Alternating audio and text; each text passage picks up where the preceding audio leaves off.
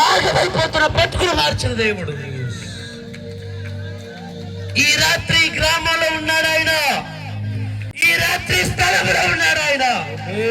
ఎక్కడైతే ఇద్దరు లేక ముగ్గురు ఉంటారో ఆయన ఉంటారు అని వాగ్దానం చేస్తున్న దేవుడు. ఈ రాత్రి ఆ దేవుడు ఇక్కడ ఉన్నాడు. ఆయన ప్రేమించే దేవుడు, క్షమించే దేవుడు.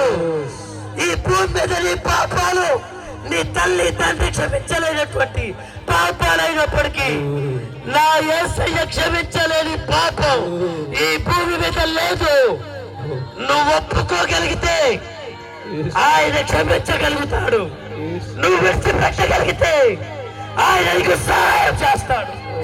నీ చదువా, నీ ఉద్యోగమా, నీ వ్యవసాయమా, నీ కుటుంబమా, నీ వ్యక్తిగత జీవితమా, అది ఏదైనా ఈ రాత్రి యేసే చేతికి అప్పగించగలిగితే ఆయన పరిస్థితిని మార్చి నీ చేతికి అప్పగిస్తాడు.